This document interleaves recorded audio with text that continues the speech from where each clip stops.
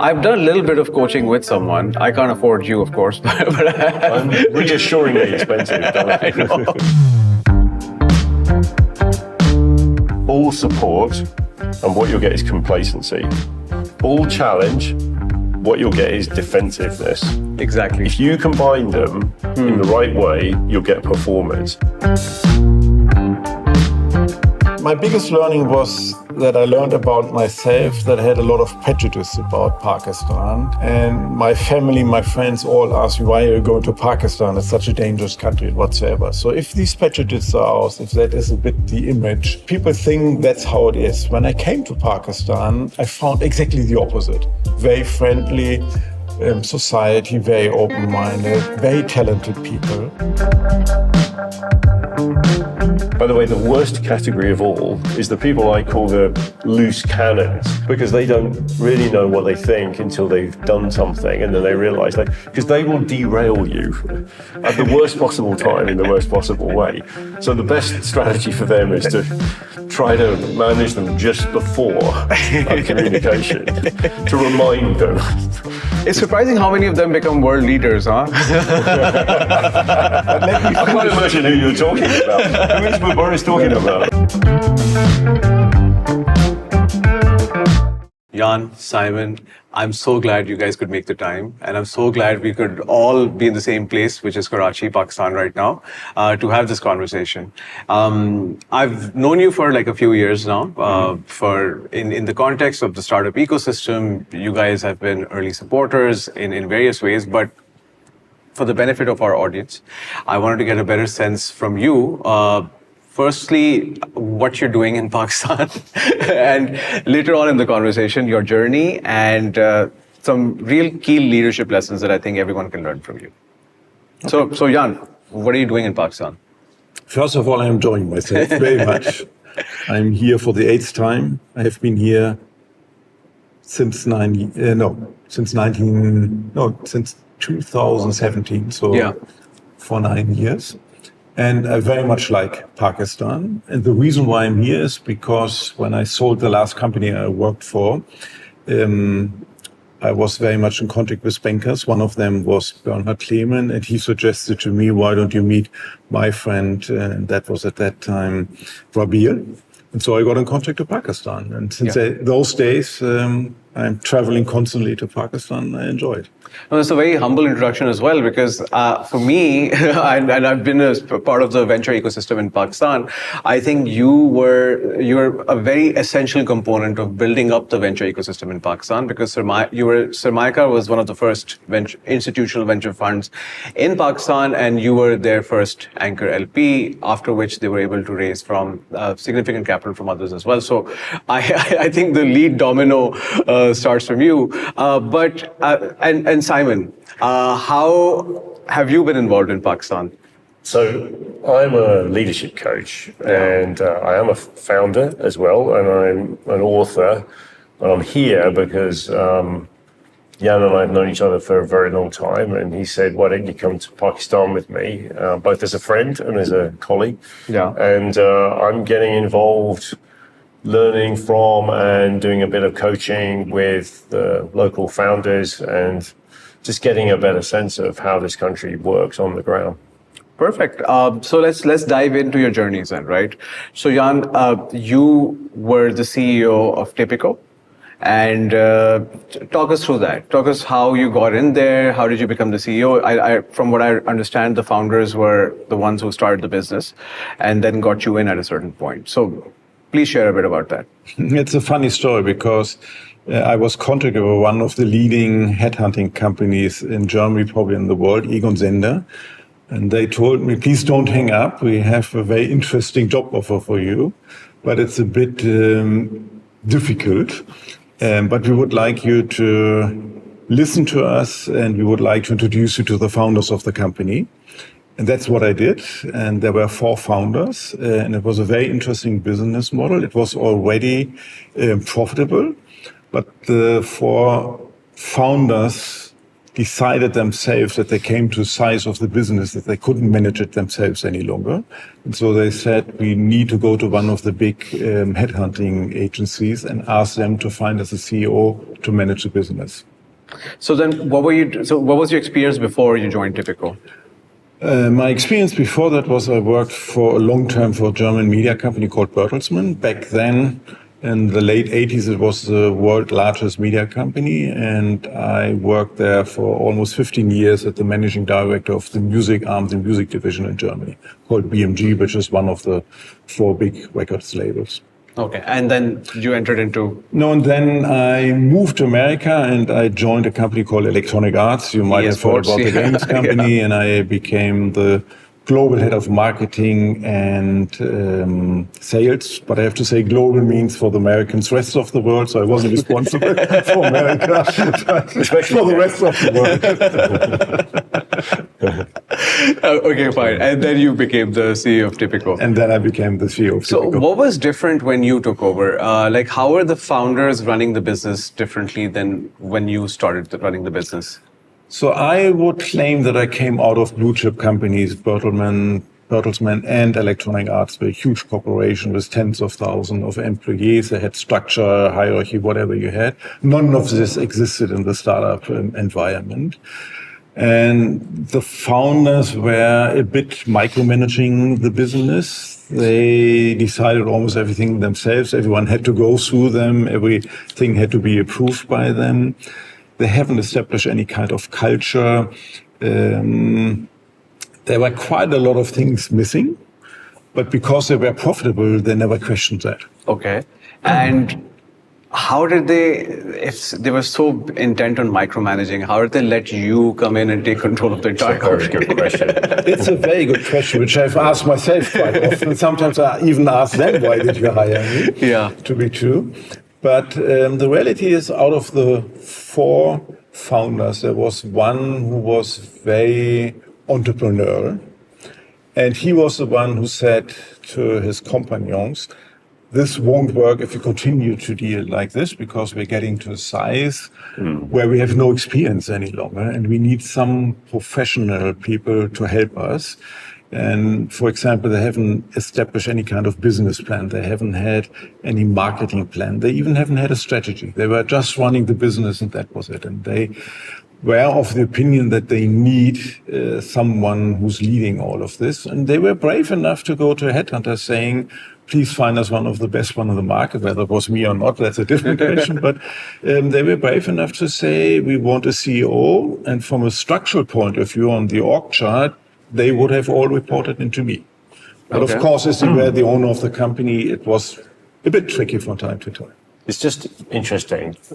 I'm, as it'll become clear, I'm very familiar with the story for my own reason, but it's quite a big thing for founders to let go of their baby, right? Because exactly. Founders are like the biological parents of a business. It's not the same. Ownership and leadership are not the same thing. So what I think they were doing is accepting that principle. I mean, one of them was a sort of lawyer, one of them was sort of an expert in the product, one of them was a technology sort of guy, and one of them was quite passive. So they all had real talents, but none of them knew how to run a business. And this business was getting to the size where it really did need some leadership and management. And I guess it was at the point where it had the potential to scale. It had wonderful opportunities because it was a very large addressable market. It had a good product. The timing was right. It had all the ingredients of a business with a real path to growth and profitability. But as Jan describes it, it was chaotic internally. There was a lack of coordination. Talent wasn't good enough. There were hardly any people you could call managers who really knew how to get the best out of people.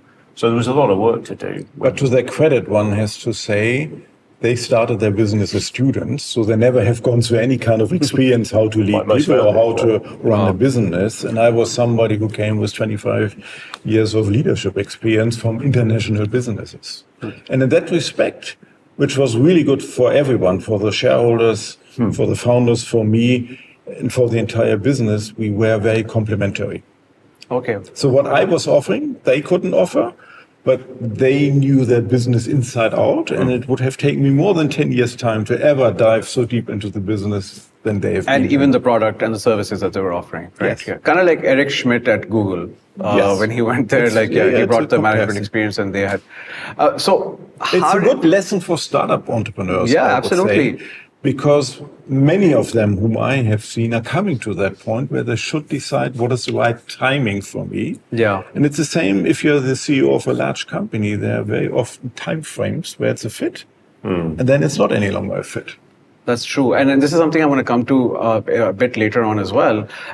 But how did you guys meet? So that's my big question, right? Yeah, how did Simon come into the picture? That's a funny story to tell, because I was at Electronic Arts, a member of the board internationally, not of the mother company, but of the international board. And my boss at that time decided then we had couple of rivalries within the board that he would like to solve that through a coach. Okay. And one day somebody was knocking on my door saying, "I'm Simon Court and I'm your new coach. I'm here to help." Exactly. And He wasn't convinced. I was sitting in my chair there. I don't need a coach. Because at that time I must have been in the mid of the 40s. I thought I know it all, and what for do I need a coach? And my behavior was a little bit, "Simon, if you can do my job better, please try to do it." Yeah, you know how to run a company. I suspect the last thing he wanted was a British coach as well. I want to talk more about that as well. But yeah, so... let me add one more sentence to that. So I was very resistant. I have to admit it. It took me, I don't know, you can probably tell that better, 2-3 weeks. But then I became an evangelist because I've seen the value that he could offer. I was of the opinion that he would helping me doing my job, and he did in a way. But he really helped me with being more sensible about my job, listening more and learning even more. He was challenging me, and he was a great sounding board. I'll pay you later. Thank you. Do I get a book for free? You've already had one. So Simon, one question I've always had, and this is something to help me understand better as well, like what exactly is a coach? Like how is a coach different from, because recently a friend of mine, she just started practicing as a coach, and I was asking her the same thing. I was like, and she said, like, listen, people just start thinking you're a therapist, or you're like not a psychiatrist. They think you're a therapist, and then. But I feel like it's very hard to not be one as well at the same time, don't you think? So let's put this on a spectrum, right? Yeah. At one end of this spectrum, people's sort of idea of a coach is like a sports coach. Yeah. Sort of Jose Mourinho screaming at you. It's not that. Yeah. And at the other extreme is this sort of notion of a therapist, somebody who just says, tell me more, and stands out of your line of sight or something ridiculous. It's not that either. So we kind of operate somewhere in the middle of this spectrum. And the real job is to help the person, in this case, my friend Jan, understand themselves better, sort of understand what they're trying to do, find more effective ways of getting it done. So the focus is not on some more personal issues. It's really on how can I perform better as a leader. Now, I'm a leadership coach, so I zero in on those qualities that are going to help, particularly a CEO or a founder these days, to really perform at their best. Okay, interesting. And then how Jan seemed reluctant. A little bit. A little bit. So how do you think that shift happened, where Jan went like, okay, let me give this a go? Let's get Jan's version first. Yes, I would say Simon did a good job on me. Yeah. And I realized that he could help me, and that there was nothing for me to lose. Fair enough. At the end of the day, there was a lot to win for me. It would have been different if somebody would have said, this is Simon, you have to pay him this fee on a daily basis. And are you happy about that? But in large corporations, it's different. And that was when I got to the point that I said, what do I have to lose? Nothing. And I became so much an evangelist that from this day onwards, we always work together, whatever I did. I'm doing business in Africa, I'm doing business in Pakistan, I did Tipico, I do my own businesses in Europe, and it's always accompanied by Simon. And so much I can demonstrate what kind of evangelist I am. Yeah, that's he's, true. He's a complete evangelist now, which is very nice, kind, but it's sincere too. I mean, I think the moment I realized that we were going to do some really good work together, and Jan has a better memory than me, but maybe 2 or 3 weeks into our relationship, the moment I know I can really work with somebody and do something really powerful is when they say, I don't know what to do. Or when they confront very honestly the truth of their situation. Because a lot of people kind of put up this wall or this facade that I'm fine. Men are probably worse than women at this because their ego gets in the way and they want to protect themselves from admitting that they've got something to learn or they have an opportunity for growth here. I think once you embrace the opportunity, and Jan did, and you start talking very honestly about what you're facing, coaching is immensely powerful. And it's a sort of, in the very early stages, I'm not talking about Jan now, with anybody, the early things that people say are, growth has slowed down and I'm not sure what to do, or my team isn't strong enough. You know, I'm not sure how to approach strengthening it. I could do with a sounding board. Actually, when you get into the relationship, what often emerges is questions like, honestly, am I good enough to do this job? Because sometimes people get coaching when their confidence is a bit shot, you know, and it's that moment when they're honest about that I feel, actually, they're going to be fine because I can help them. Yeah. And we're going to work on the real issues, the underlying issues, as opposed to the presenting ones. Don't get me wrong, they do need help sometimes to scale their business or to grow their team, but they've got to start here. Yeah, absolutely. Like for me, like I don't think any kind of coaching, no coach can help you if you're like reluctant. No, that's exactly right. If you don't tell your doctor what's wrong with your body, how should he help you? Yeah. And Simon and I have seen quite a lot of people who denied any kind of help. And with hindsight now, 20 years later, we see they have never developed. They were standing still. Make that link with the journey of a founder for anyone listening. The thing about growing a business, and we've heard some great stories since we've been here. We've been following Munib's story leading by Kia, and he's told us the story that he's gone through. And without going into the detail, obviously, it's been an absolute roller coaster. And what's been asked of him at different stages in that journey is very different over time. And he's had to learn how to adjust and pivot, learn from failure, grab his successes and move on. And I think that's the journey of a founder. You have a choice here. You either say, I'm going to hand the business over to somebody who knows how to be a chief executive, like Jan, as the founders of Tipico did, or you do what some of my other clients do. You say, I need to become a better chief executive. Because the truth is, most founders do not know how to do the CEO job. Yeah. And why would they? They didn't set up a business because they wanted to be a leader. They set up a business because they have a vision for changing the world. They want to. Their product matters to them. Their solution matters to them, and that's right. But then suddenly they find themselves with a team of people around them looking to them. Where are we going? You know, what's next? How are we going to recruit the team that we need? We've got to answer those questions somehow.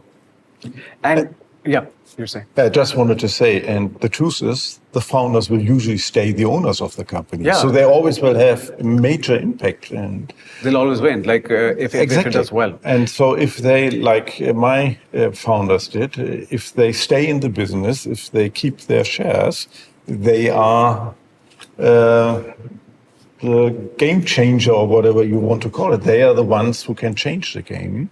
The CEO is a hired gun.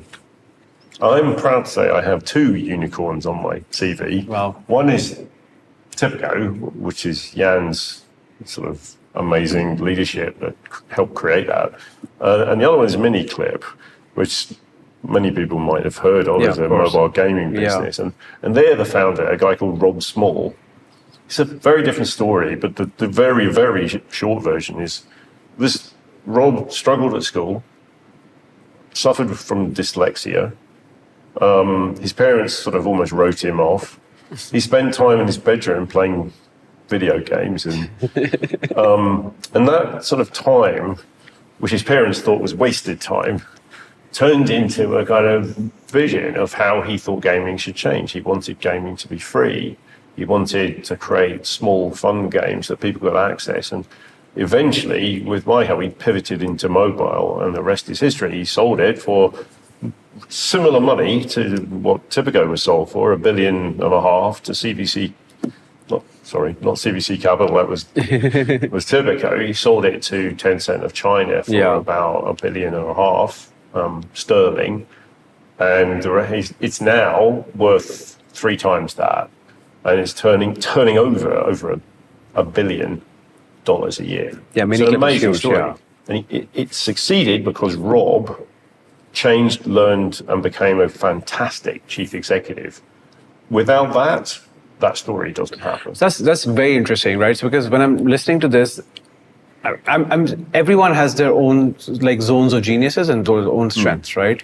What all should you change, and what all you should leave as like what qualities about yourself or what characteristics or attributes should you just not touch? Be like, listen, this is going to be a strength. Like, so for example, if Rob wasn't playing all those video games. So for example, I couldn't have done his job because it was pivotal that he understood gameplay. Yeah. And he was a kind of developer, and I never ever could have done his job. Yeah. At least not doing these days. Later on, probably yes, when it was established.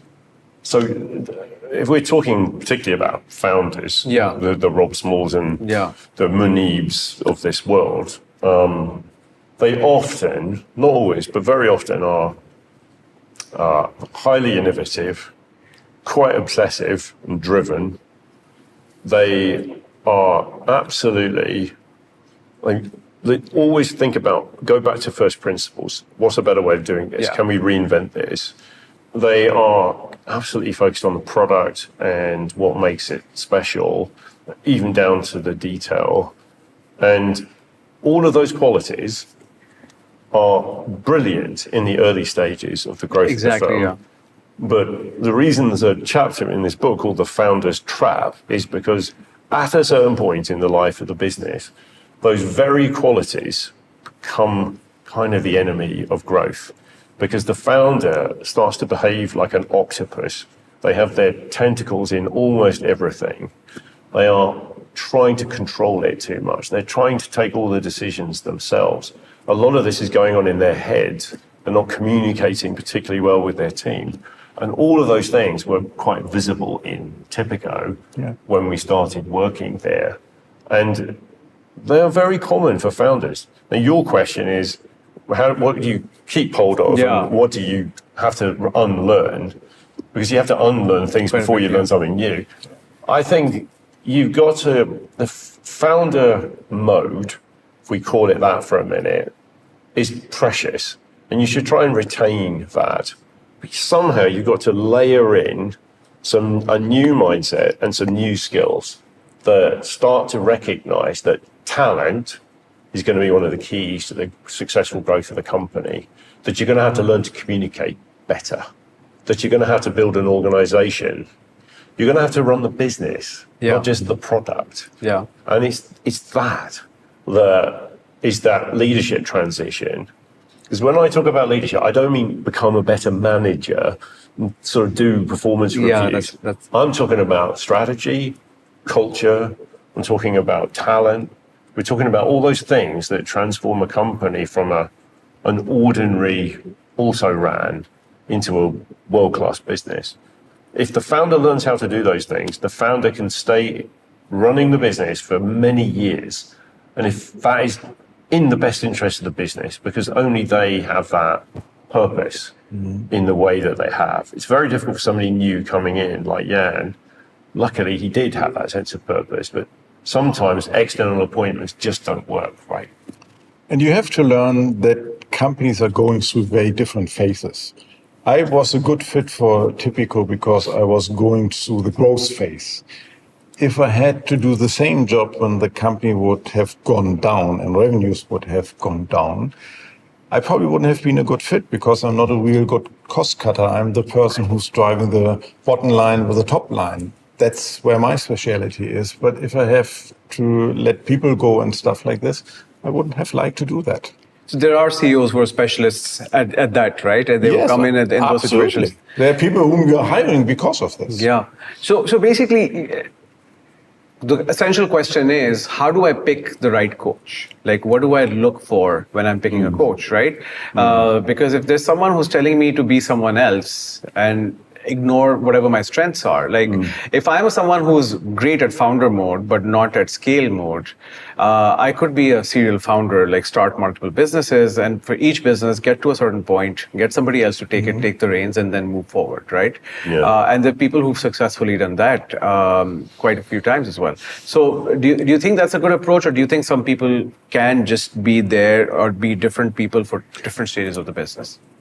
I mean, let me start, and then you tell me what you think. Tell me, Phil, Mubariz on. I think, how do you pick a coach? First of all, find somebody you trust, because you're going to want to share a lot. Yeah. And how do you learn whether you trust somebody? You take references, you spend some time with them.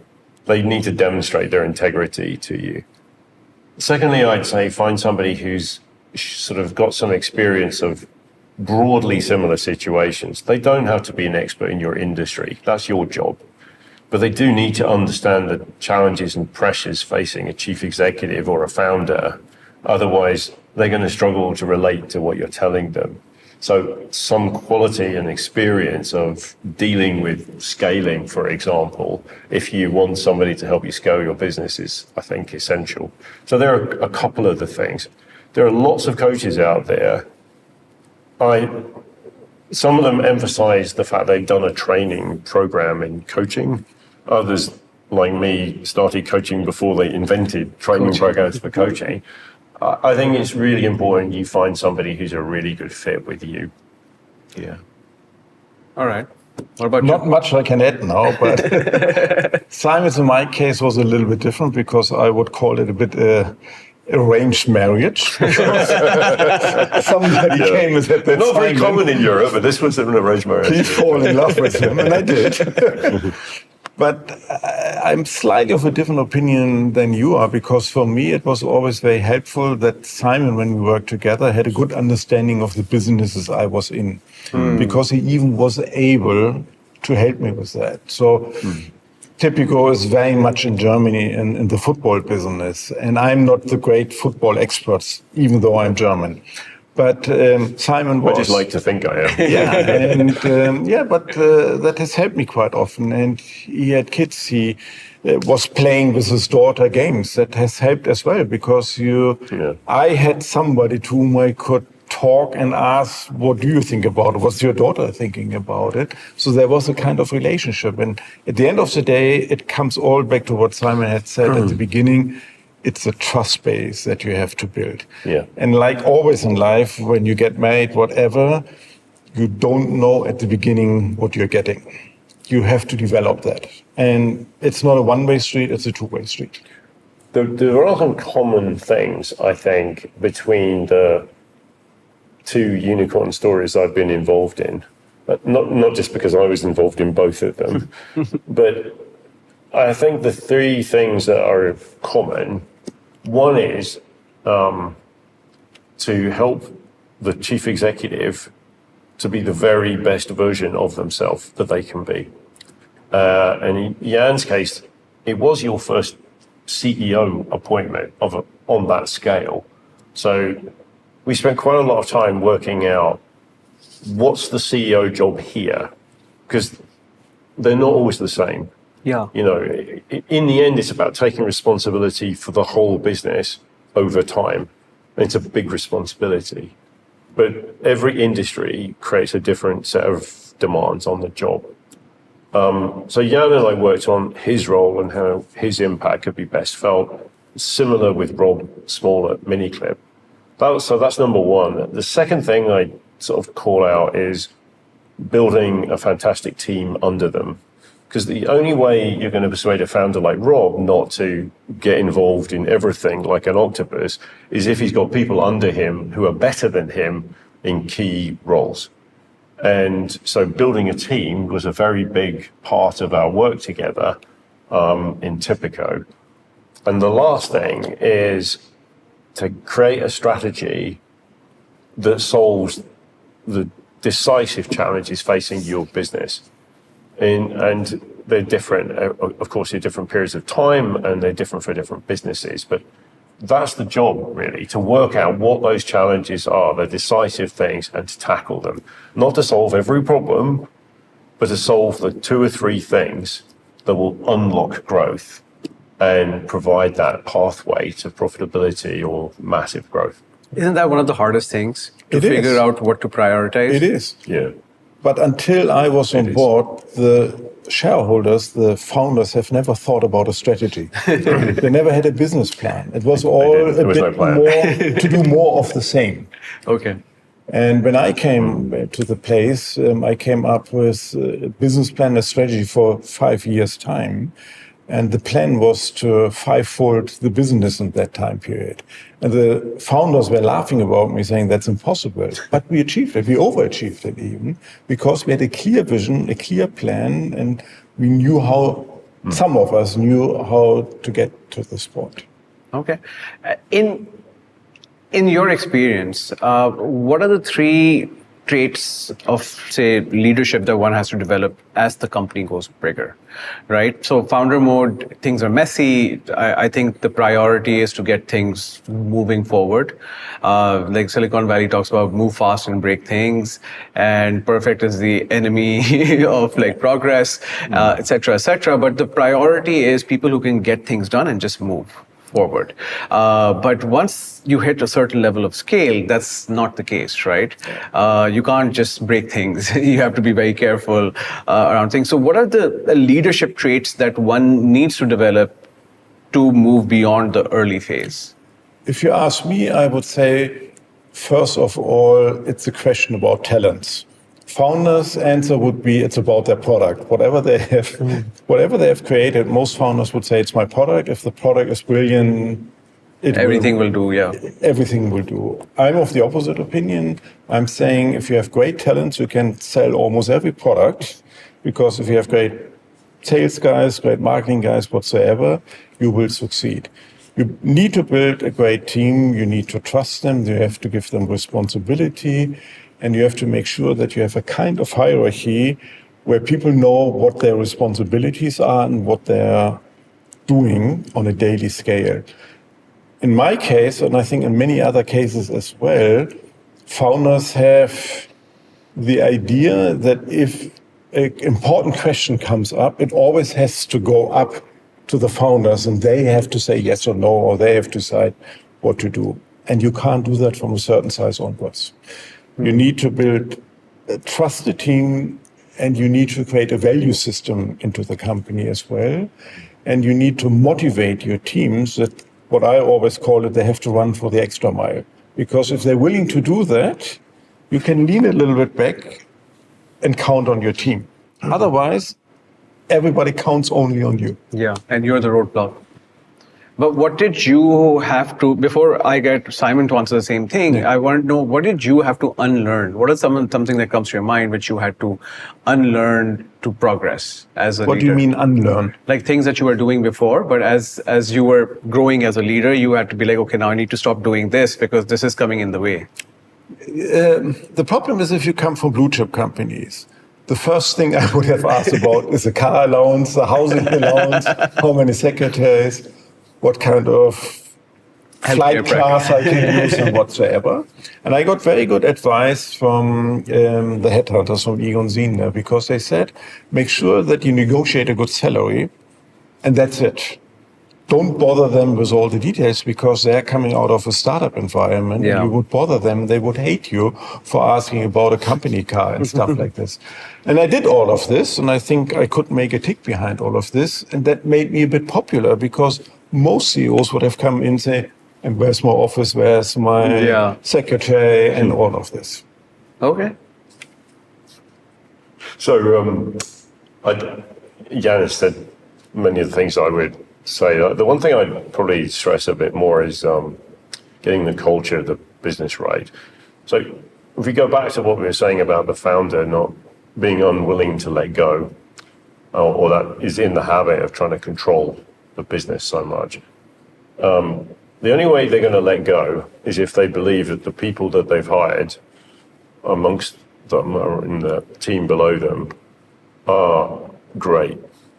And the only way they're going to fully let go is if they feel like when they're not looking, when they're not involved, Things still happen. things are still happening, and they're happening with that energy and that pace and that sort of sense of drive and motivation that Jan is describing.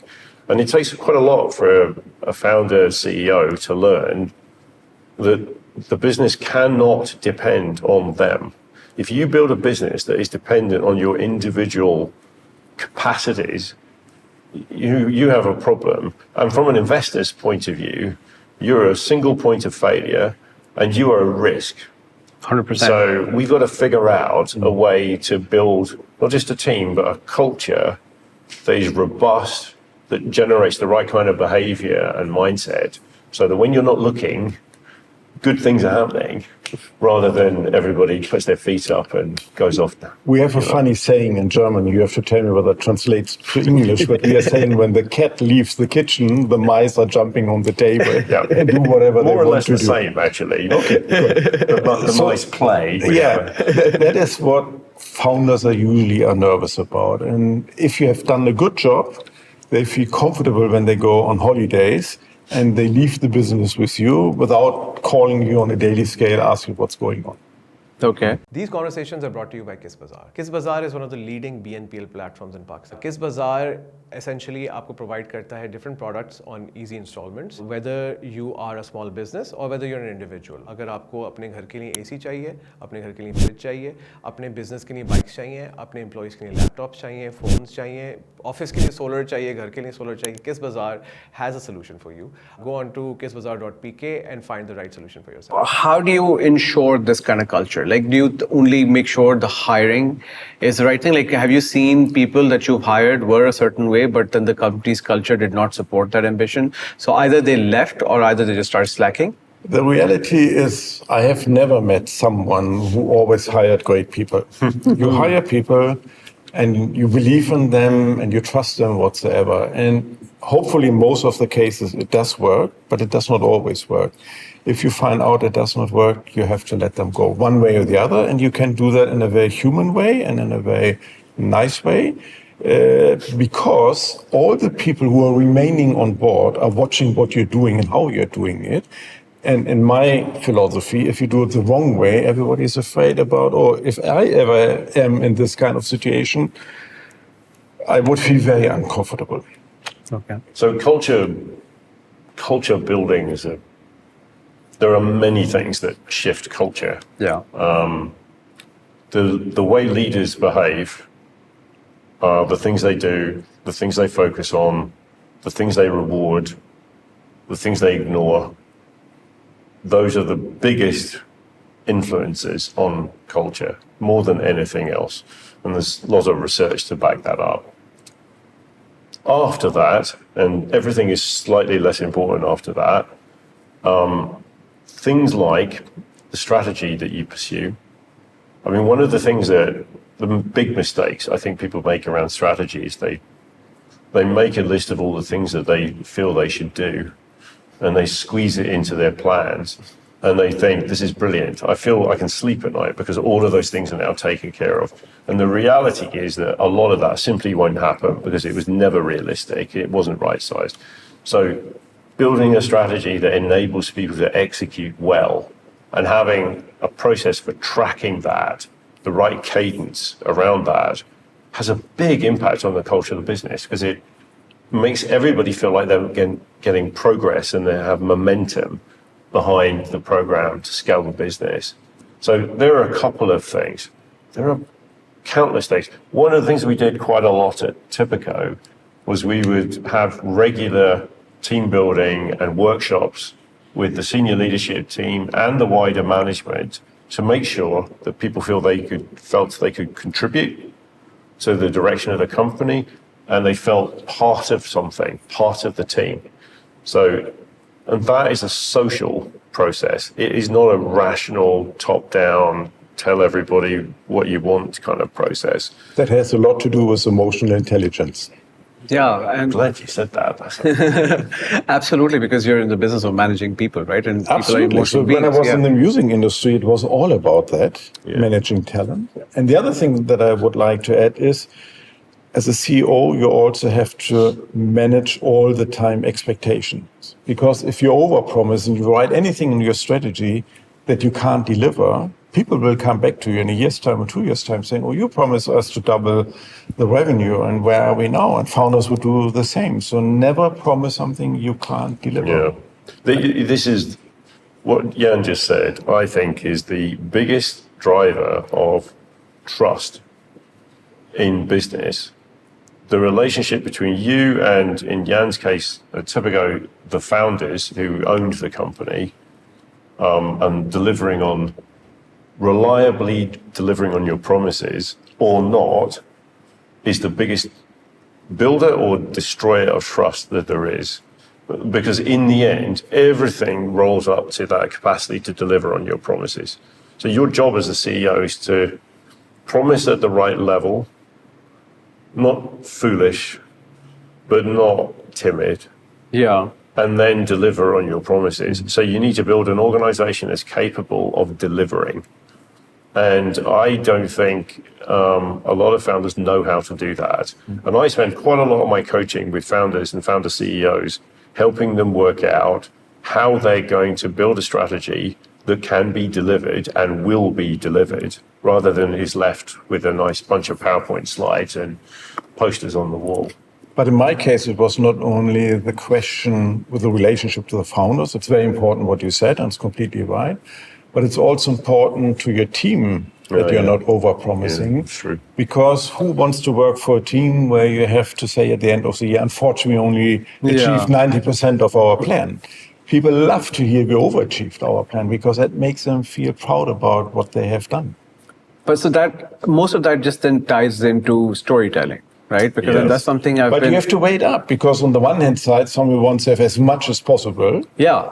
On the other hand, people are saying, if I want to get my bonuses, the target shouldn't be that high. Yeah. And you're in the middle and you have to wait it up. Yeah, but from a whole communicating whether we are going in the right direction point of view, storytelling is probably one of the most crucial aspects, because I was reading some parts of your book. I only recently got the whole thing. Physical Test you on copy. it later. And when I was going through the index, what stood out for me was the purpose. Like how do you find your purpose, right? Yep. And you write about how that's probably the most important thing when you're doing whatever it is that you're doing. If you're going to succeed and be really good at it, you have to be driven by a sense of purpose. And you also spoke about how it's only the founders who understand that sense of purpose. But I would imagine storytelling is that tool, right? Which would help deliver that. If I may just jump in for 1 second. Yeah. We just have met an entrepreneur yesterday. His name was Adnan, I think. Yeah. Adnan. And he said he's leading all of his business. He's 82. He said, I led all of my business, and I'm still leading all of my business with 4 Ps. And the 4 Ps were purpose, purpose, purpose, and profit. And I loved that. Yeah. I really loved it. And he lived it. You could see that. Yeah. Yeah, I mean, this is a man who's taken is it chai boy, you would call it? He's taken a tea boy, Yeah. and he's now running one of his businesses. One of his businesses. So Okay, fine. he's very big on purpose, and he's very big on talent, and he's very successful. So there's a clue in there for somebody. That's the reason, absolutely. So the storytelling thing is a big part of business, and most people tend to focus on the external storytelling. How are we going to explain to the market? How are we going to explain to Investors, investors, what the story is. Less obvious, but equally important, as Jan is saying, is the internal audience. What is the story? What is the narrative? Because if you don't tell that story well, they will make up their own version of it. And when they make up their own version of it, it won't be the one you want. Trust me. Yeah. So there is a sort of framework I included in the book called Think, Feel, Do. And what's helpful about Think, Feel, Do is it doesn't just deal with the rational explanation, which is the think part. This is what I want all of us to think, right? We are now going to scale. And, you know, our business has outgrown its existing operating model, and we now have to find a way of getting that right, and so that we can scale. Two very different versions, one loose and unclear, one sharp and clear. That's what we need to focus on. So getting people thinking right is the first bit. Then how they feel is another part, which is I want you to feel confident and clear and have a sense of determination around that, rather than I hear it and I go, I have no belief we can do this. This doesn't make sense to me. And then the third part is do. Most people make lovely presentations, and at the end of it, I'm not at all clear what I'm supposed to do. So when you create a narrative and you communicate with your team or the workforce, tell people what you want now. Tell people what you expect, or ask them how are they going to act on this, and get some good answers from them. So if you think about communication, it's a really good frame of reference for any aspiring leader or founder is think, feel, do. What I learned from the airline industry, if you're a member of the flying crew, they have a principle, and that is stop, think, operate. And I think that says a lot about it. Yeah. There's a lot of truth in that. But there's also this feel aspect, right? Which I think is very interesting, because I think, I mean, you guys would have seen a part of the world where feelings were not taken as seriously as they are today, right? And as a leader, how important is it for you to learn all of this? And how do you start? Number one, so one of the frameworks for my content when I was starting making content was that who do you want to see this piece of content? Yeah. What do you want them to feel? Yeah. And then the third part was, what do you want them to do with that, say, motivation and insight that they got? I think if you're dealing with content, you always have to see things through the eyes of your customer. You always have to think about what does my customer really want. I told you that I'm coming out of the music industry. I have signed artists like InSync with Justin Timberlake. I worked with Britney Spears, with Whitney Houston, with Carlos Santana, Backstreet Boys, and others. Wow. Yeah. And I think it's always the same with these people. Yeah, I mean, Jan talked about you got to know your customer.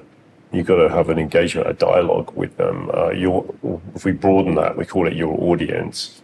And it's kind of interesting because if I'm ever looking at how to lead a change in a company, and I'm currently doing that with a charity back in the UK, the first thing I think about is who are the stakeholders? Because there's usually different groups, right? And what's their attitude towards this change? And you sort of categorize them. You'll have people who are partners in the change, they really believe in it. And you need to cultivate them and get them on side. You'll find there are people who are allies. They support you, but they don't necessarily do anything. And so you try and get your allies to actually become partners so they actually act. And then you've got people who are more neutral. Maybe they're sitting on the fence. And you want to get them, find out why they're sitting on the fence, and then get them off the fence. Yeah. And then there are other categories. There are, hopefully you don't have any enemies, but you'll have opponents. Opponents are precious because find out why they oppose it. They might have a better idea. But the whole point of this is we're not trying to win.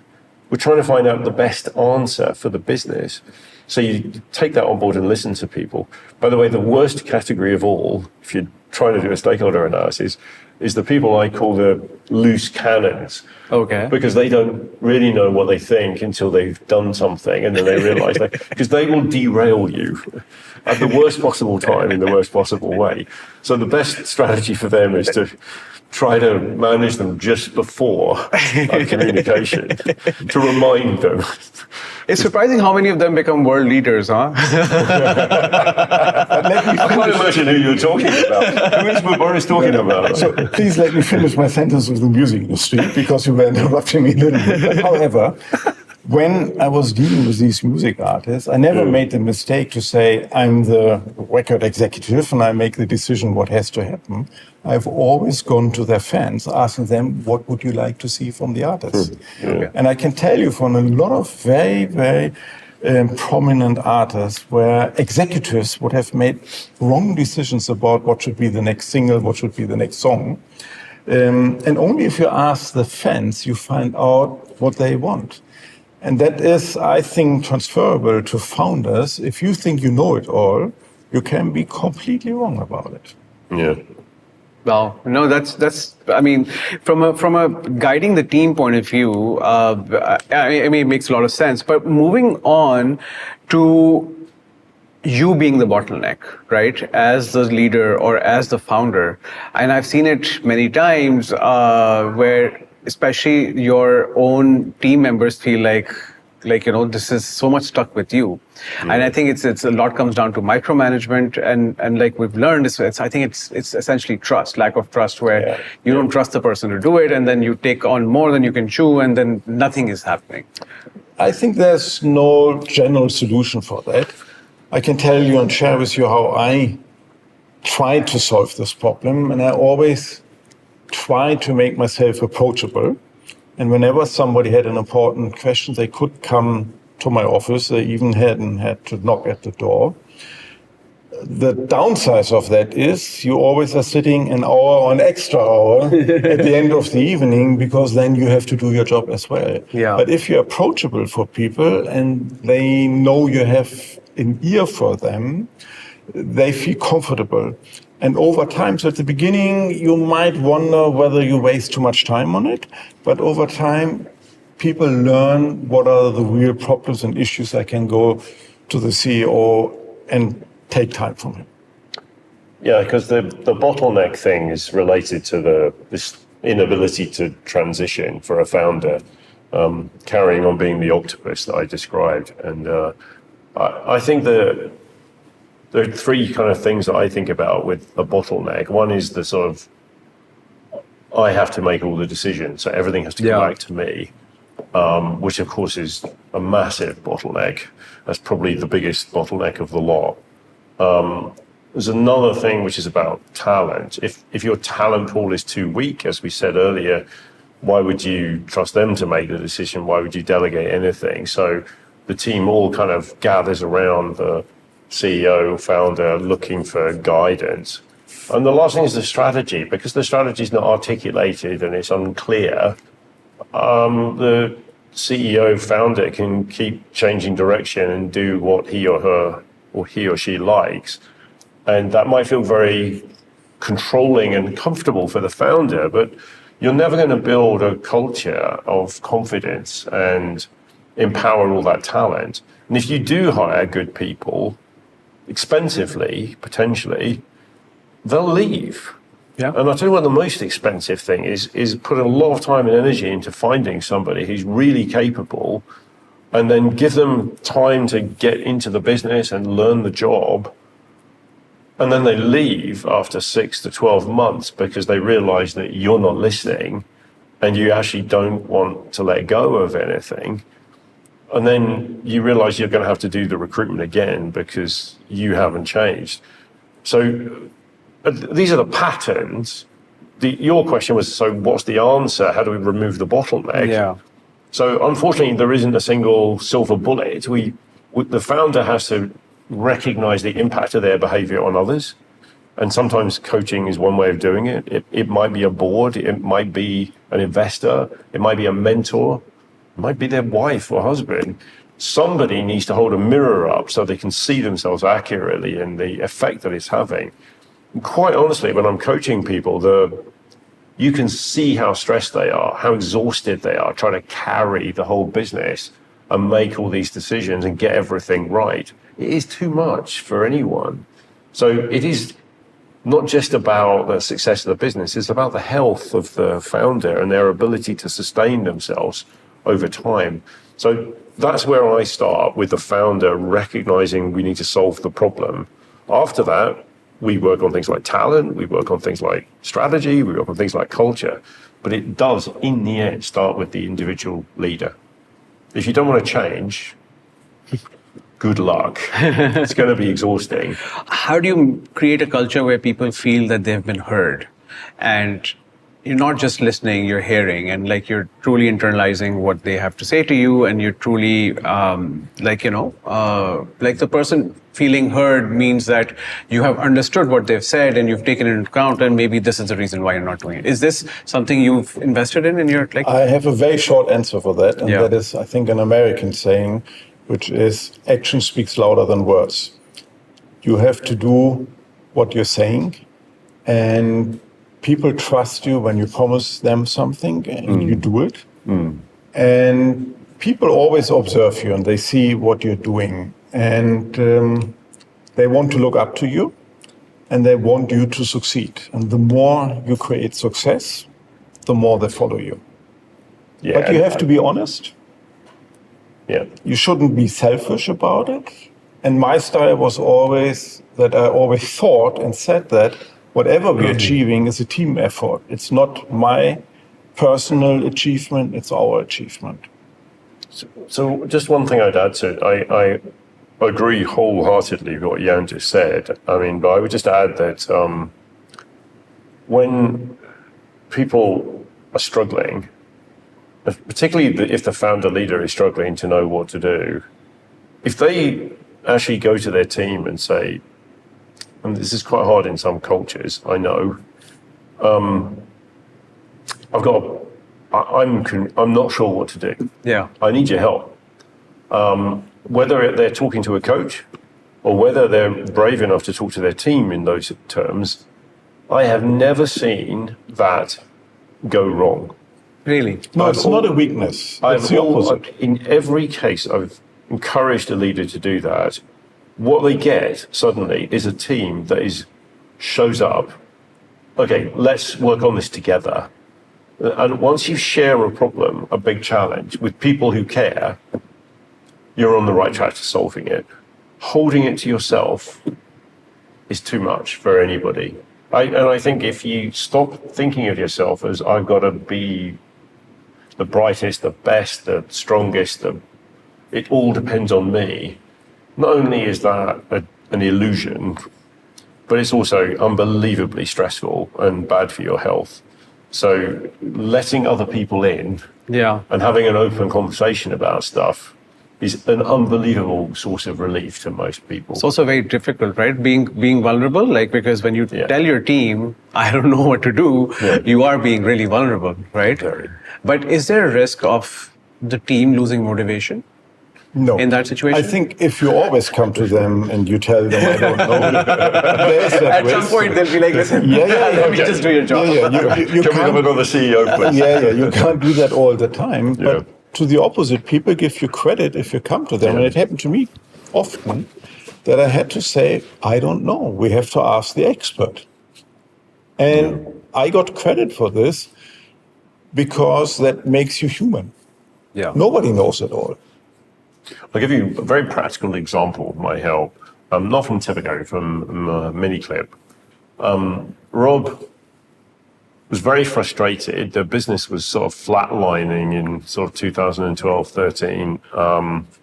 And they had a contract with an outsourced provider in Miami, in the US, that simply wasn't delivering, and it was very expensive. And he was trying to terminate the contract, but he was kind of on the hook for this for a long period of time, and it was very expensive and very unproductive. When we started making a decision about who to hire in the team and where do we start to strengthen the team, we decided, partly because of the financial situation, to hire a CFO first. And we decided that we needed a CFO who is really hands-on, practical, and understands commercial contracts, and who would really understand the business that we're in, not a sort of strategic guy. And we hired this guy. His name is Craig. And Rob explained the problem in Miami, and Craig said he was a very sort of down-to-earth sort of guy, British guy, and he goes, "Yeah, all right, I'll go to the States." And he went to the States. This is within 2 weeks of joining, and he came back, and Rob said, "How did that go?" And he took out the contract from his briefcase, and he ripped it in half, and he said, "Sorted." And Rob said, "You mean we're out?" He said, "You're out." I took a bit of legal advice. I understand the American legal context. They cannot hold you to this, and they are in breach of the contract themselves in a number of areas. Stop worrying about it. Let's move on to something more productive. And he was exactly right. For the first time, he had somebody in his team who was competent to deal with something that he did not know how to deal with. And you multiply that across many issues, across the whole team. Rob was breathing again. Suddenly he could focus on the things that he was really outstanding at and let the team get on with the things that only they could do. No, that's fantastic. But these conversations are brought to you by KissBazaar. KissBazaar is one of the leading BNPL platforms in Pakistan. KissBazaar essentially आपको provide करता है different products on easy installments, whether you are a small business or whether you're an individual. अगर आपको अपने घर के लिए AC चाहिए, अपने घर के लिए फ्रिज चाहिए, अपने business के लिए बाइक्स चाहिए, अपने employees के लिए लैपटॉप्स चाहिए, phones चाहिए, office के लिए solar चाहिए, घर के लिए solar चाहिए, KissBazaar has a solution for you. Go on to kissbazaar.pk and find the right solution for yourself. How do you decide that? Like, how do you figure out this is what I want to work on, and this is something I'm going to delegate? It's quite simple because you know yourself better than anyone else knows you. Yeah. And you know where your strengths are from a certain age on, and you know where your weaknesses are.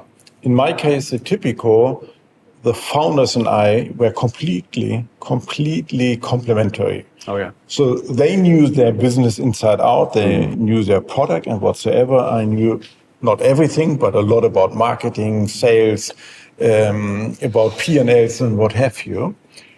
And over time, we learned that everybody should focus on where he is best at. Yeah.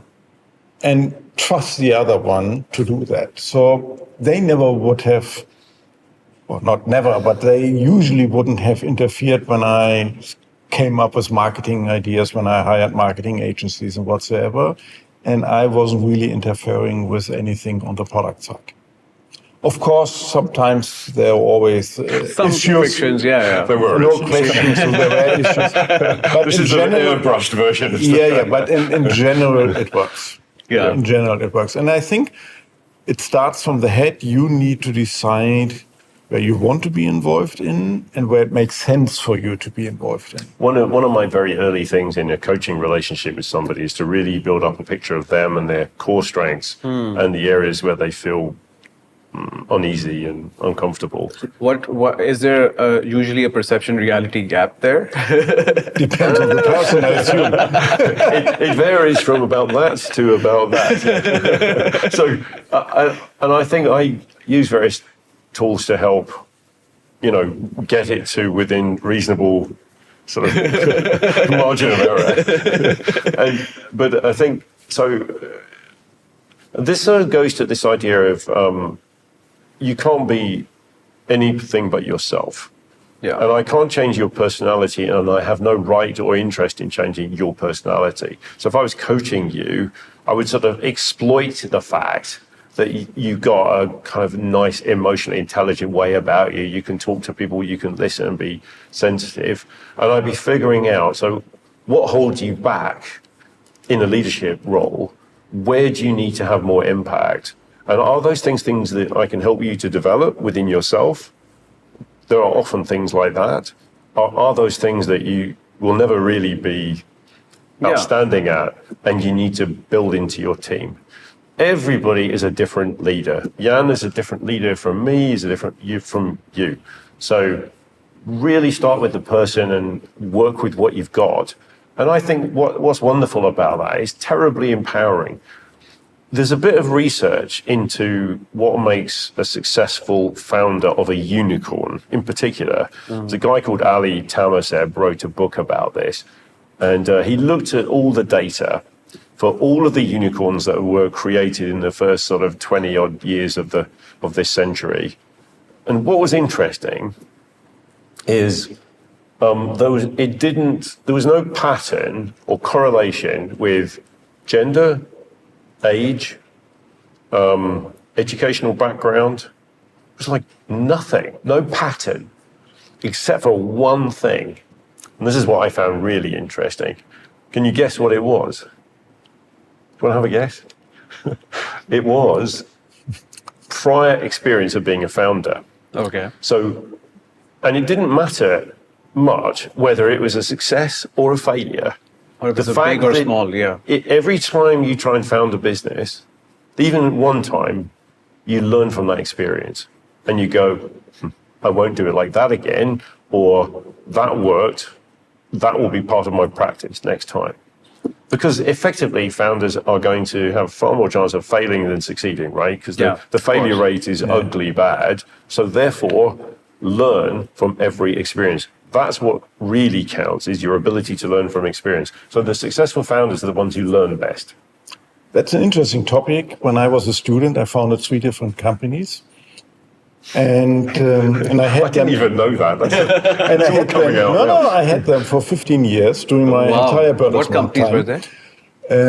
It was Apple. No. It was an insurance company for people traveling around the world. It was a travel agency, and I was part of building the largest Harley-Davidson motorcycle rental business in America. And for example, when I've gone to the banks and asking for money because I wanted to buy 2 more Harleys, they never would have given me the money. But they did that because I was a managing director of a large corporation. They said, you're a good customer of ours. And I always hated that because I said, I'm a businessman, I'm a founder, and I'm successful. Why don't you give me money for this? And that's an experience I kept in my mind. And when I worked for blue chip companies, whenever I had a great idea, I had to go to the board and said, let's do this and that. And then somebody decided you get the budget or you don't get it. But there was always budget there. When you go to the startup scene, there's always the fight for survival to get budget and to get funding. And that's a shame because very often I see that founders have to deal way too much time with getting money into the bank account instead of dealing with the product. That's true. I mean, even for like say something as simple as content creation, there's just, and we'll come to the emerging markets piece, right? And why you're in Pakistan, but to address that, it's a huge challenge. But it's all over the world. It's a global problem. Yeah, that's true. Yeah. Maybe with the exception of Silicon Valley, there were years where you just had to say, I have an idea, and money was thrown at you. Yeah. But these days are over there as well.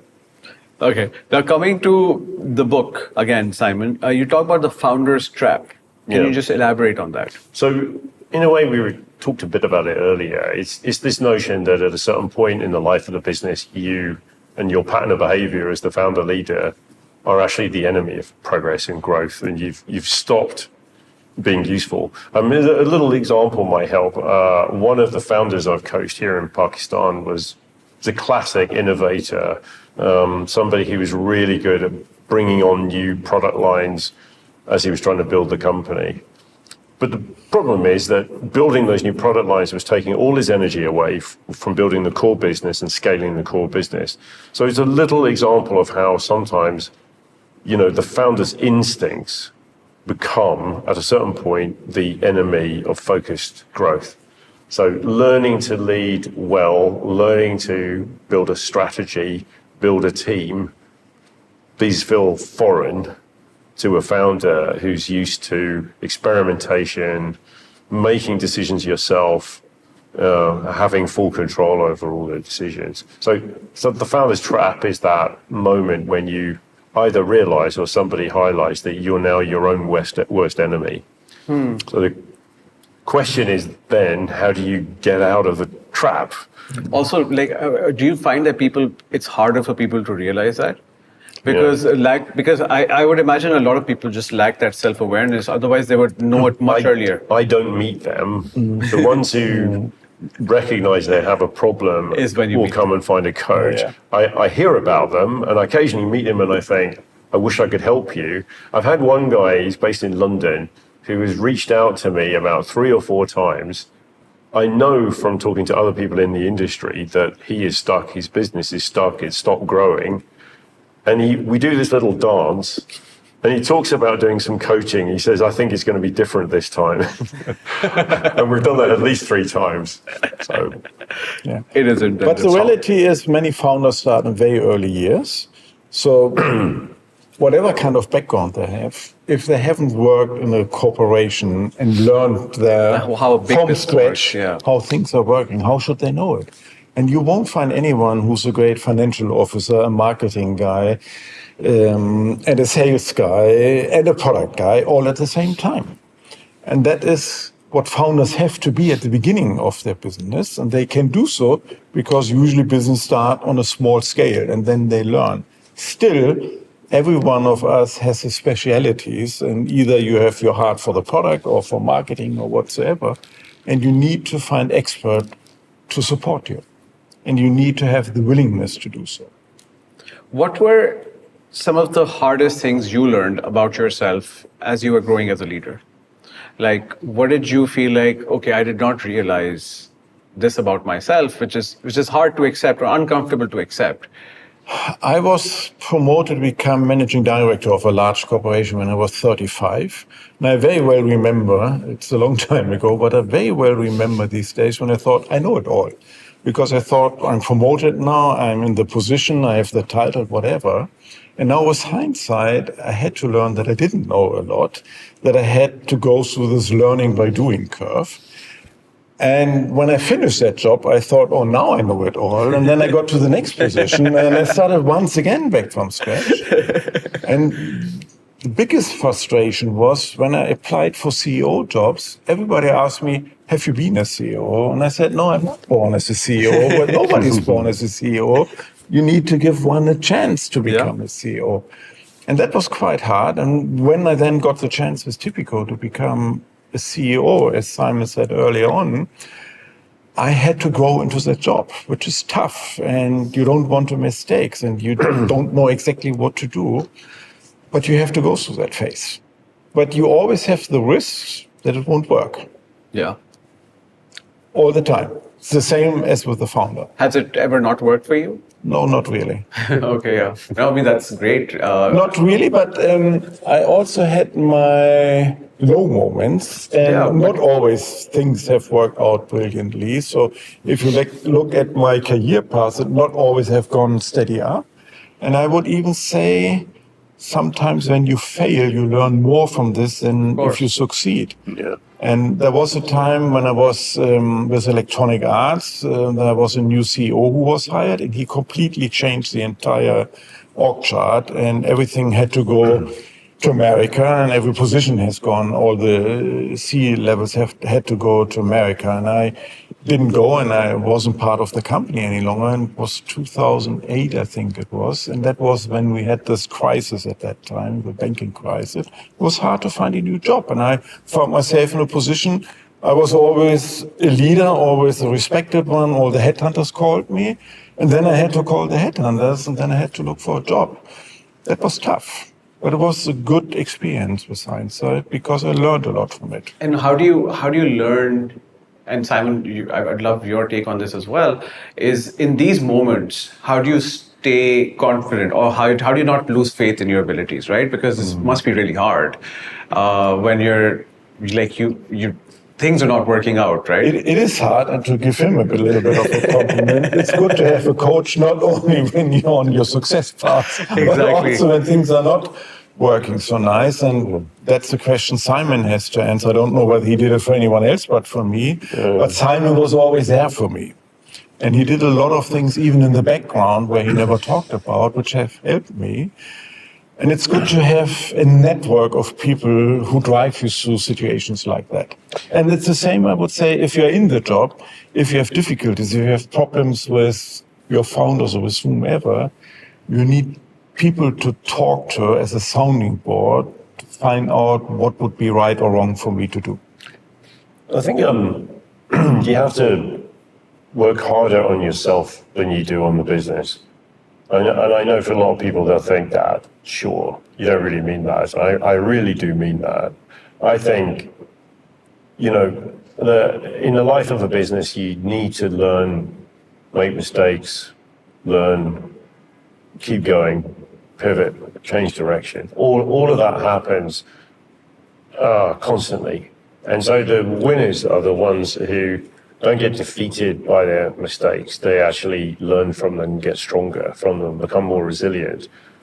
And I think here, when I think about it, that some of the best founders I've worked with, the most resilient, the ones who keep going, they're typically not the privileged ones who had a wonderful education and a kind of comfortable start in life, and they had family money that helped them set up the business. Although those people can be gritty too, it's not mutually exclusive.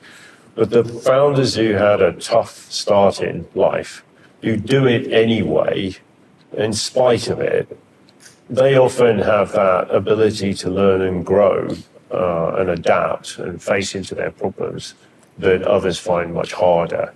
And that moment when you are in a bit of trouble, that is the exact moment you need to talk to somebody and not be alone with it. And I think the CEO job can be a very lonely job. Yeah. Because when you're feeling, underconfident and you're not sure what to do, and, the shareholders are kind of breathing down your neck, maybe your investors are breathing down your neck, your team are not behaving in the way that you want them to, who do you talk to? And there's something about, in those moments, especially having somebody who's independent, confidential, trusted. It's a big relief, I think, in those moments. And I can't tell you how common it is that I find myself having extremely deep conversations with founders and CEOs who are going through a very tough period. And I'm providing them with more than just coaching. It's a form of emotional support, really. No, that's actually quite interesting. And one of the things that Jan also mentioned was having that network around you, right? I read earlier on that there are two kinds of networks that you can build for yourself. One is a support network and one is a challenge network, right? Some people, like your parents, should ideally just be providing you support, like unconditional love, regardless of what. But then your challenge network needs to hold you accountable as well. Yeah. As a coach, where do you fit in, or does it change on the day? Like today you've had that massive setback. Today we'll just be providing you support that you need. And in a week, let's talk about holding you accountable. My judgment is most focused on the question, what does this person need from me right now? Okay. It's nothing to do with how I feel. This is a very other-centered business. So what I'm doing, and I check in with people the day before, usually on WhatsApp, sometimes we have a call, and I say, how's it going? What's on your mind? What are you losing sleep over? Yeah. What do we need to talk about tomorrow? Where's the pressure coming from? Where do you need to change what's happening? So one of those questions will reveal the answer. And then the next day, if I think that the CEO founder is avoiding difficult things, I become Mr. Challenge. I won't let them get away with it because it's not in their interests that I give them a comfortable ride. When they are under enormous pressure and they need my help and support, I have to take a totally different approach.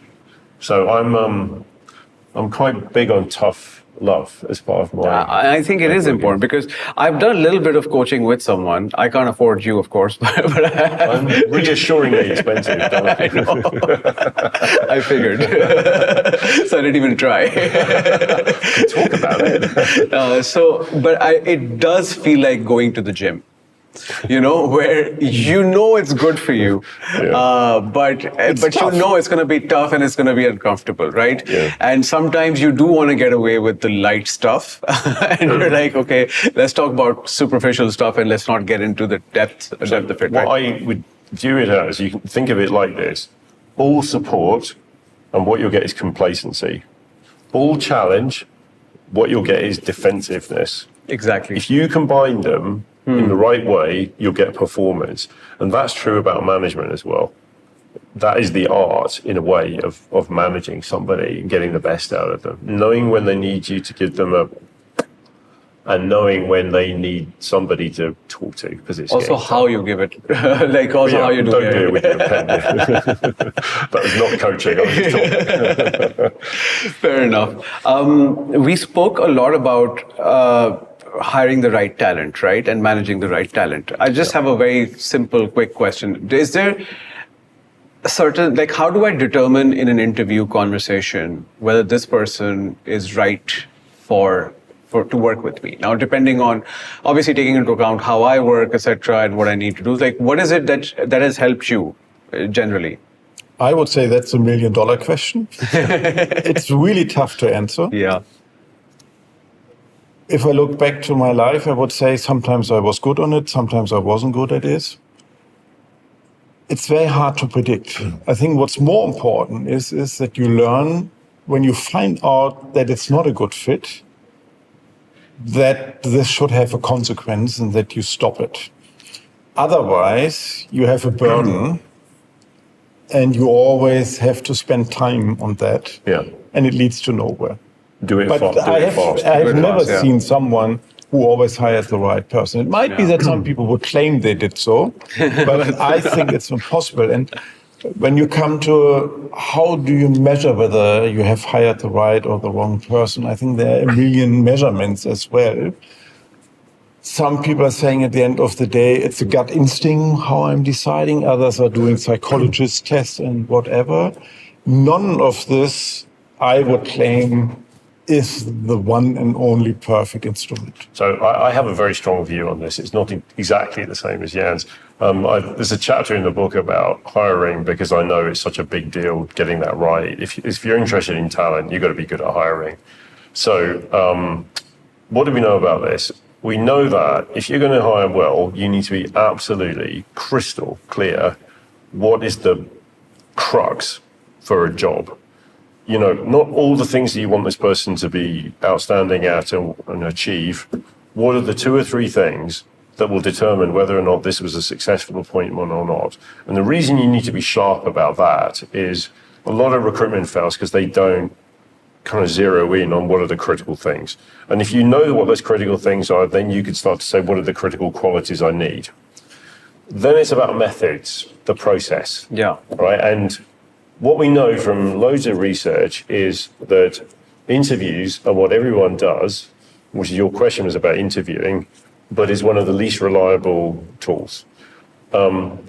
It's not that you shouldn't interview, because a conversation with a candidate is a very good idea, and they need a chance to ask questions. Yeah. So do the interviews.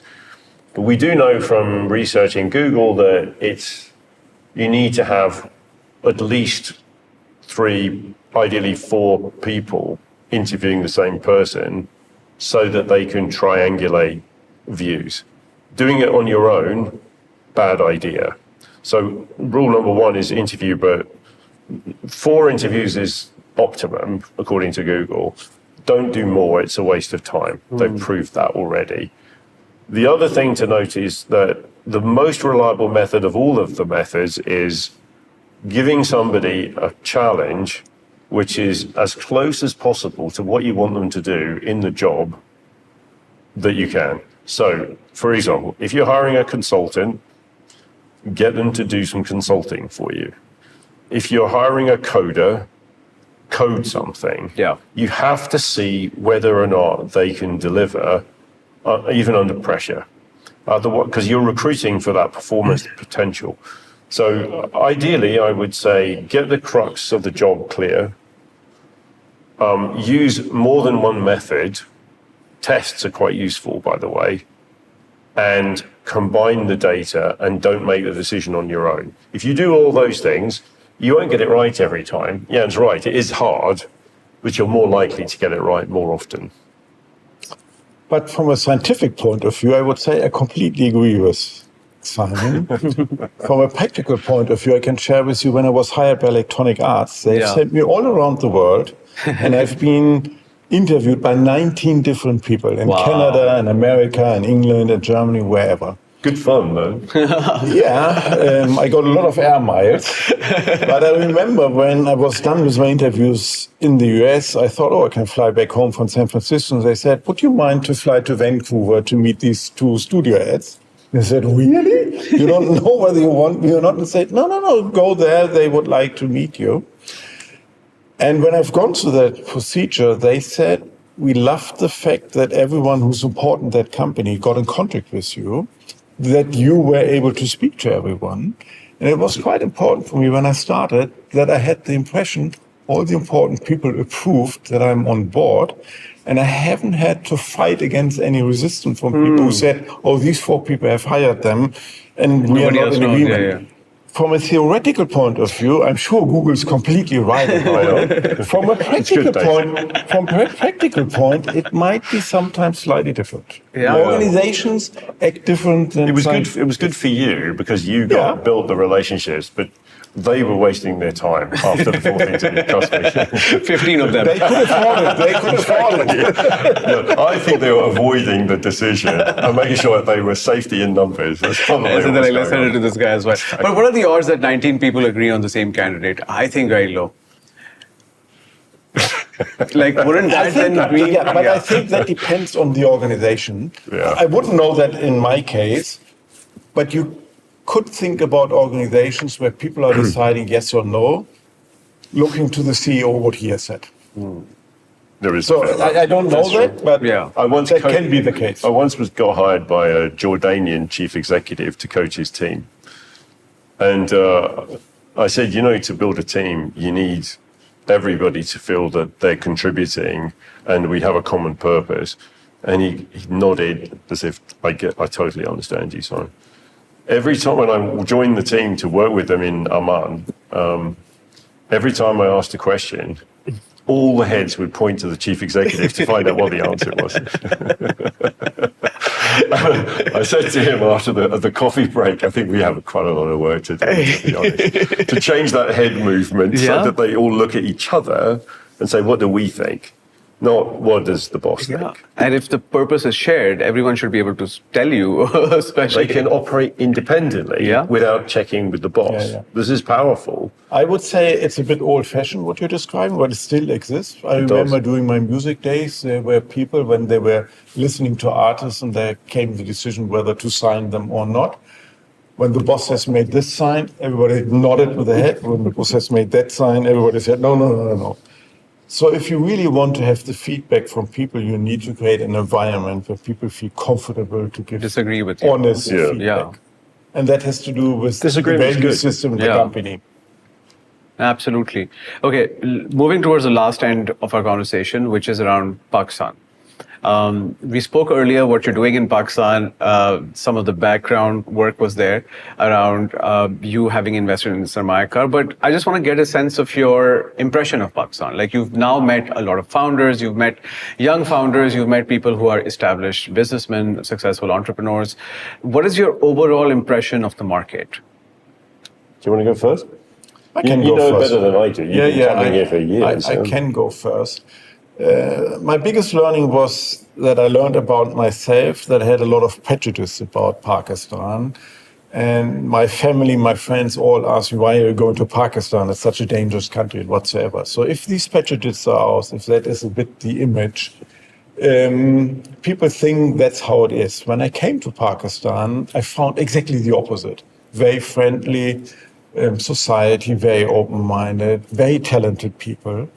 And we have been in this paper manufacturing business 3 days ago, I think it was on Tuesday, which is owned by, what was the real name? Baba. The founder is Syed Baba Ali. Packages. So you know what we're talking about. And it was a coincidence that one of the friends who came with us here, he owns the second largest business in Germany as well. And in a way, we were of the opinion the Germans are leading this industry and whatsoever. But when we have gone through The factory, the entire factory and everything, you had to come to the conclusion they know exactly what they're doing. They are probably even better than we are. And it's arrogant if you think opposite.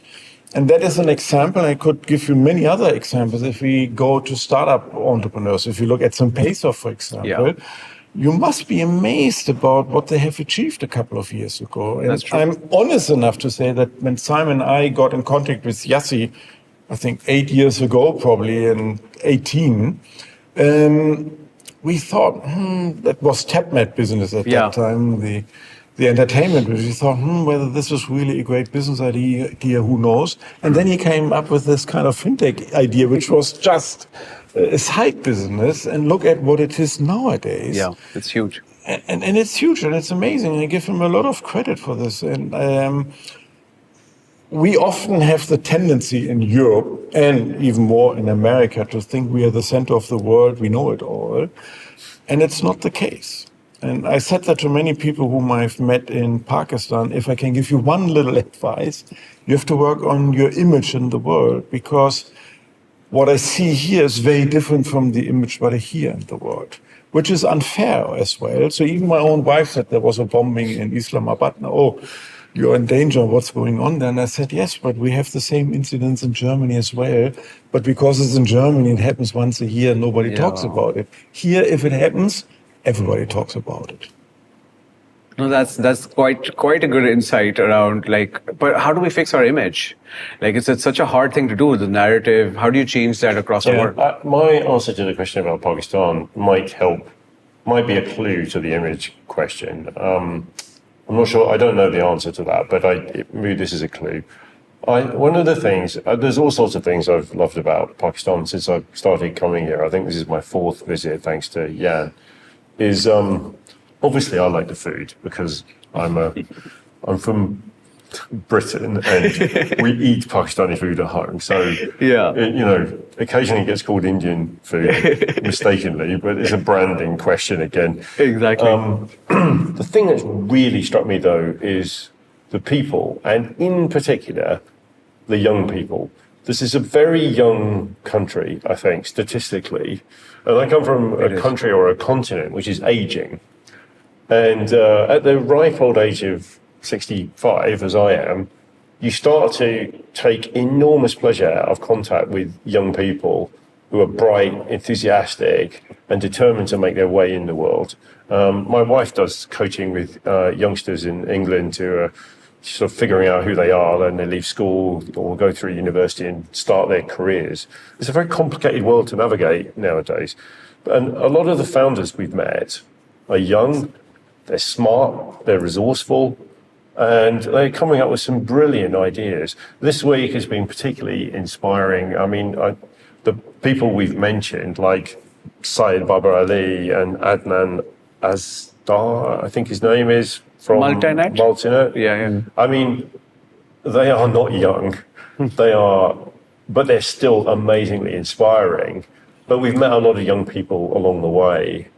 And every time we've gone to like a university and we've seen the incubation center and here in Karachi, for example, just been bowled over by how many smart, talented young people they are. That is the future of this country. And I think they will change the image of this country just by being who they are and building companies and businesses and solving some of the quite big problems that Pakistan faces.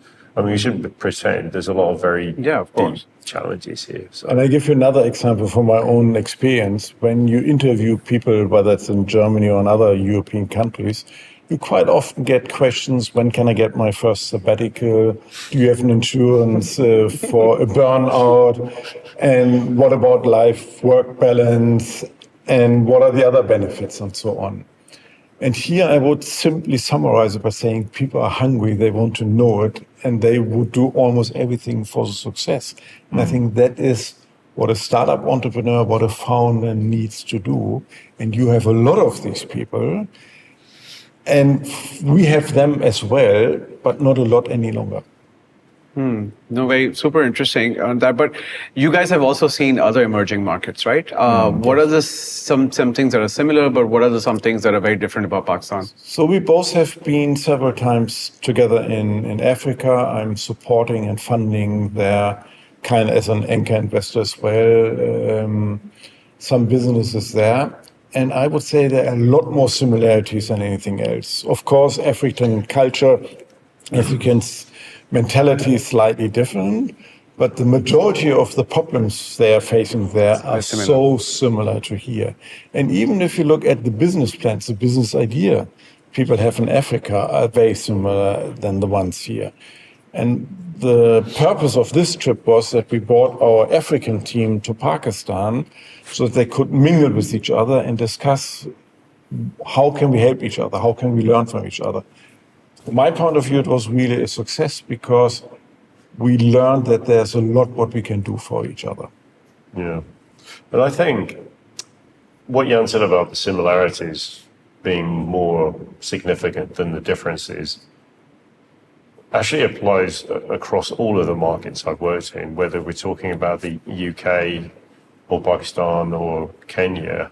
When you talk to a young founder, and you know that it's a struggle, otherwise it's not worth doing, right? Yeah.